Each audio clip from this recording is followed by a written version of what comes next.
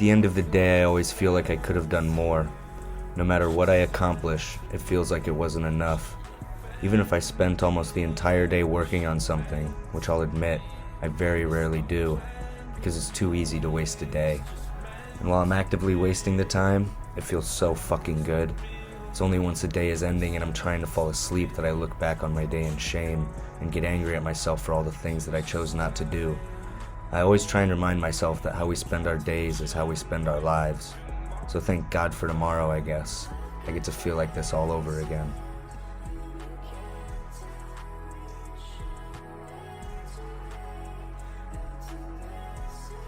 There's a movie playing, but we aren't paying attention.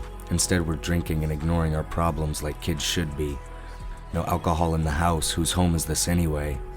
I've been plagued by my own thoughts since I was a little kid.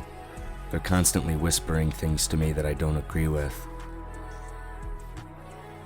Sometimes they scream. I like a short funeral, preferably on a Friday so everyone can miss work. It always surprises me to find out that whoever passed away is far more religious than I knew them to be. Or maybe they weren't very religious and they just play it up at funerals due to how prevalent the idea of heaven and God are in that moment.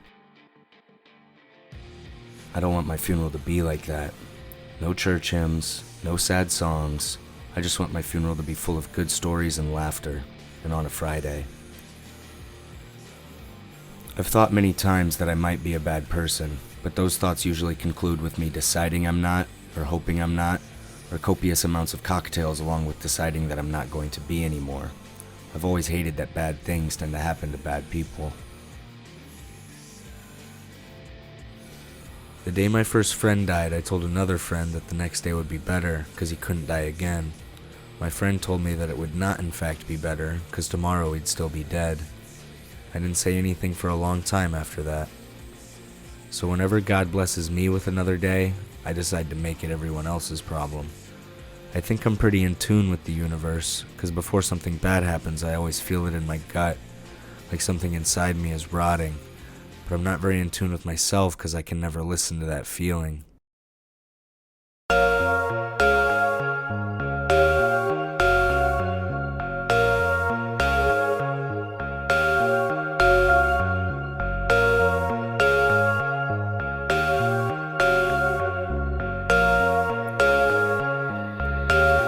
If I could escape and recreate a place that's my own world, and I could be your favorite girl forever, perfectly together. And tell me, boy, no, would that be sweet? If I could be sweet, I know I've been a real bad girl. I didn't mean for you to get hurt. Whatever, we can make it better. And tell me, boy, now would that be sweet? It's not your fault that I'm hurting, 'cause I know I deserve it. Like a partner who says I love you too soon and then takes it back. I'm not sure it's allowed, but I've heard it happen. I too have choked down unwelcome I love yous that bubble up from the back of my throat like the feeling you get behind your eyes before you puke and threaten to ruin everything. She said to my face that she wasn't sure if she loved me, that maybe she just liked me because I gave her the time of day. I think these are normal worries, although I hadn't had similar ones until right after she told me that. In the end, she decided she really did love me, but I'm not sure that's something you can decide. I've decided it's easier to keep my mess my own. One time I told my boss that if they kept scheduling me to close, that eventually I was going to blow my brains out all over the dining room and the opener would have to clean it up. When my grandma died, I thought about how I'd never asked her what her favorite album was, or what she used to dance to when she was young, her happiest day, her biggest regret, and it made me sick that I didn't know. And even though I felt this way about it all, I didn't immediately ask my remaining grandparents about their favorite albums. I don't know why I'm like this. But as it all burned down, we tried not to mind. There's something about losing all hope that feels like freedom. I can't remember where I heard that.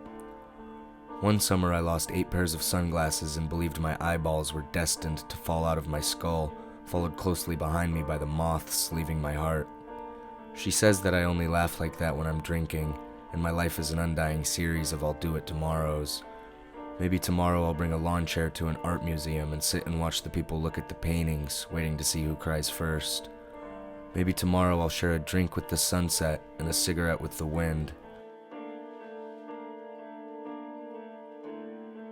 I just hope that tomorrow, when someone asks me how I've been, I don't have to tell them that it's always all the same again.